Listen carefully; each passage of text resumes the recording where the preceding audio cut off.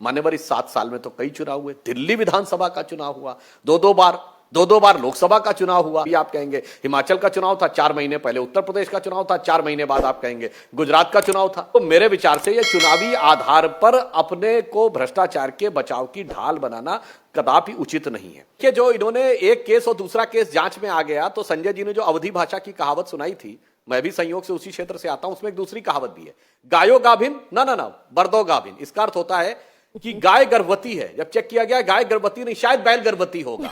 यानी ये इस प्रकार के जो एक कहावत है वो उन्होंने करने का प्रयास किया। जय श्री राम व्यूअर्स, आपका फिर से स्वागत है हमारे वीडियो में। आप इस वीडियो में देखेंगे कि भारतीय राजनीति के विकिपीडिया मैन कहे जाने वाले सुधांशु त्रिवेदी जी ने आम आदमी पार्टी के नेता संजय सिंह को अच्छे से रगड़ दिए हैं अपने ज्ञान के माध्यम से, क्योंकि संजय सिंह सत्येंद्र जैन की वकालत कर रहे थे। ये वही सत्येंद्र जैन है जिन्होंने खुद 16 करोड़ 39 लाख रुपये की मनी लॉन्ड्रिंग की बात कबूल की है। तो ज़्यादा समय नहीं गवाते हुए आरंभ करते हैं आज का यह डिबेट। देखिए, इस विषय पर भी स्मृति ईरानी जी ने बहुत सारे साक्ष्य आपके सामने रखे और ये कहा कि संदेह के घेरे में सत्येंद्र जैन जी आए, भारतीय जनता पार्टी के आरोप पे नहीं बल्कि दिल्ली उच्च न्यायालय ने भी अपनी टिप्पणी में उस बात को सही माना। अभी यह बात संजय जी भी कह रहे हैं कि 7 साल से मुकदमा चल रहा, तो कम से कम एक आरोप तो आम आदमी पार्टी को वापस ले लेना चाहिए कि ये कोई अनायास चुनाव के संदर्भ में आ गया। मान्यवर इस 7 साल में तो कई चुनाव हुए, दिल्ली विधानसभा का चुनाव हुआ, दो बार लोकसभा का चुनाव हुआ, जहां आम आदमी पार्टी से हमारी सीधी टक्कर थी। तो अगर आपकी बात सत्य मानी जाती तो उस समय कुछ होना चाहिए था। अब अगर चुनाव का हम विक्टिम कार्ड खेलने का प्रयास करेंगे तो इस देश में कब चुनाव नहीं। अभी आप कहेंगे हिमाचल का चुनाव था 4 महीने पहले, उत्तर प्रदेश का चुनाव था 4 महीने बाद, आप कहेंगे गुजरात का चुनाव था तो आने वाला है, तो फिर उसके बाद आप कहेंगे मध्य प्रदेश, राजस्थान, छत्तीसगढ़ के चुनाव आने वाले, उसके बाद कहेंगे लोकसभा चुनाव आने वाले। तो मेरे विचार से यह चुनावी आधार पर अपने को भ्रष्टाचार के बचाव की ढाल बनाना कदापि उचित नहीं है। यहां पर सिर्फ इतनी सी बात थी कि यदि उनको लगता है कि सत्येंद्र जैन जी सही हैं, तो केजरीवाल जी बतौर राजनेता उनको क्लीन चिट दे रहे हैं। और केजरीवाल जी के इस घोषणा को कितनी गंभीरता से लेना चाहिए मीनाक्षी जी।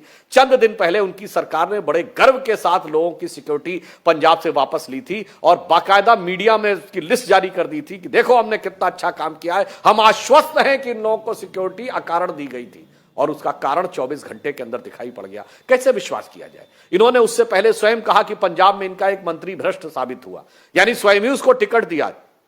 चंद दिन पहले एक हिंदी में कहावत है ना, जुम्मे जुम्मे 4 दिन, यानी 4 जुम्मे नहीं गुजरे थे, 4 सप्ताह नहीं गुजरे थे, टिकट दिया, मंत्री बना दिया, फिर कह रहे तो भ्रष्ट निकल गया, कार्रवाई कर दी।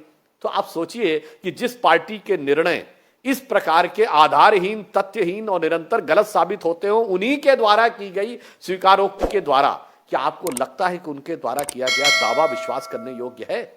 मेरे ख्याल से देश की जनता भली भांति देख चुकी है, वह विश्वास करने योग्य नहीं है। इसलिए जांच एजेंसी को अपना काम करने देना चाहिए, उसके बाद जो भी उचित होगा वह सामने आ जाएगा। बस इतना जरूर है कि नई राजनीति का दावा करने वालों का वास्तविक चरित्र प्याज के उतरते छिलकों की तरह क्रमशः अब जनता के सामने आता जा रहा है। इस बात की पीड़ा आम आदमी पार्टी और केजरीवाल जी को अवश्य हो सकती है, यह हम समझ सकते हैं। हाँ, संजय जी ने एक बात बोली, इनके वक्तव्य से ही लेता हूं।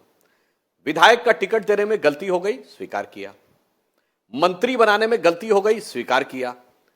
किसान आंदोलन की बात करते हुए ये भूल गए कि यह एकमात्र पॉलिटिकल पार्टी है जिसने किसान कानूनों को विधानसभा से पारित कर दिया था और पारित करने के बाद उन किसान कानूनों के खिलाफ भी आंदोलन किया। ऐसा विचित्र उदाहरण आपको भारत की राजनीति में नहीं मिलेगा गलती का कि पहले उस पार्टी की विधानसभा में सरकार पारित कर दे, फिर वही पार्टी उसी पारित कानून का विरोध करे।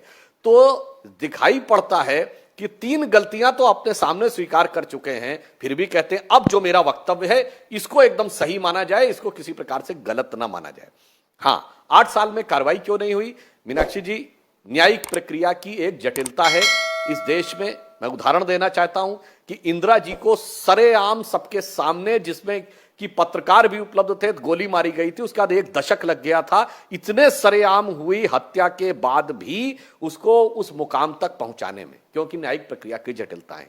परंतु मैं इनसे पूछना चाहता हूं, ये तो वो आरोप लगा के आए थे ना, सब भ्रष्टाचार है, सब साफ कर देंगे, अरे हमारे पास बक्सा बक्सा भर के सबूत है, सब कर देंगे। 7 साल हो गए हैं दिल्ली में, कितने आपने भ्रष्टाचार के मामले निकाले, कितनों की जांच की, कितनों में निष्कर्ष निकाल लिया, कितने में चार्जेस फ्रेम कर दिए, कितने में चार्जशीट कर दी। और अगर आपको लगता है कि कोई वैधानिक या कानूनी प्रक्रिया में वो था, अरे सत्ता में आने से पहले आप तो फटाफट प्रेस कॉन्फ्रेंस करते थे, धड़ाधड़ लाके निकालते थे।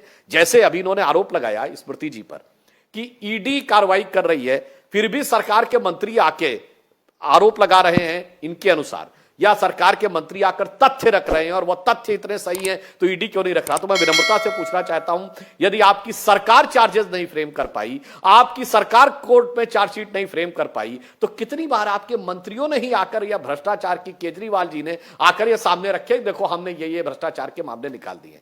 ये है, इसे कहते हैं नई राजनीति, खाने के दांत और दिखाने के दांत और, भ्रष्टाचार करने के रास्ते और भ्रष्टाचार को ढकने के रास्ते और। इन्होंने यह कहने का प्रयास किया कि जो हम अपने ही वक्तव्य में बोला कि सीबीआई ने क्लोजर रिपोर्ट दे दी। मान्यवर, एक तरफ आप कह रहे हैं हम सीबीआई का दुरुपयोग कर रहे हैं, फिर आप ही कह रहे हैं कि सीबीआई ने क्लोजर रिपोर्ट दे दी, अब ईडी की कार्रवाई चल रही है। चूंकि भारत सरकार का कानून स्थापित यह है कि यदि 4 एजेंसी भी या 3 एजेंसी जांच कर रही हैं तो एक एजेंसी के द्वारा की गई जांच समाप्त होने पे बाकी एजेंसी की जांच स्वतः समाप्त नहीं होती। अब आप आरोप विड्रॉ कर लीजिए या लगा लीजिए। यदि आप कह रहे हैं हम सीबीआई का दुरुपयोग कर रहे हैं, तो आप ही यह तर्क दे रहे हैं कि सीबीआई ने आपके पक्ष में क्लोजर रिपोर्ट दे दी। तो दोनों आरोप एक साथ नहीं चल सकते अपनी सुविधा के अनुसार, कि सीबीआई ने मुझे क्लोजर की रिपोर्ट दे दी है बकौल आपके, तो इसलिए मैं एकदम पाक साफ हो गया। कोर्ट ने टिप्पणी की है तो यह इसको ध्यान नहीं देना चाहिए, और ईडी कार्रवाई कर रही है तो यह विद्वेष से प्रेरित है। तो मेरे विचार से यह पूरी तरीके से दर्शाता है कि यह कहीं ना कहीं इनकी जो अप्रोच है वो भ्रष्टाचार के मामले पे पूरी तरीके से आरोप से ग्रसित है, मगर यह आरोप को मानने को तैयार नहीं है। एजेंसी को काम करने के लिए पूरी तरीके से राजनीतिकरण करने का प्रयास कर रहे हैं। वीडियो के अंत तक बने रहने के लिए आपका बहुत बहुत धन्यवाद। तो आपने इस वीडियो में देखा कि जब ईडी ने सत्येंद्र जैन को भ्रष्टाचार में संलिप्त पाए जाने पर गिरफ्तार किया, तब आम आदमी पार्टी के संयोजक अरविंद केजरीवाल ने कहा कि विधानसभा चुनाव आने वाले हैं, इसलिए केंद्र सरकार ईडी और सीबीआई का इस्तेमाल कर रही है।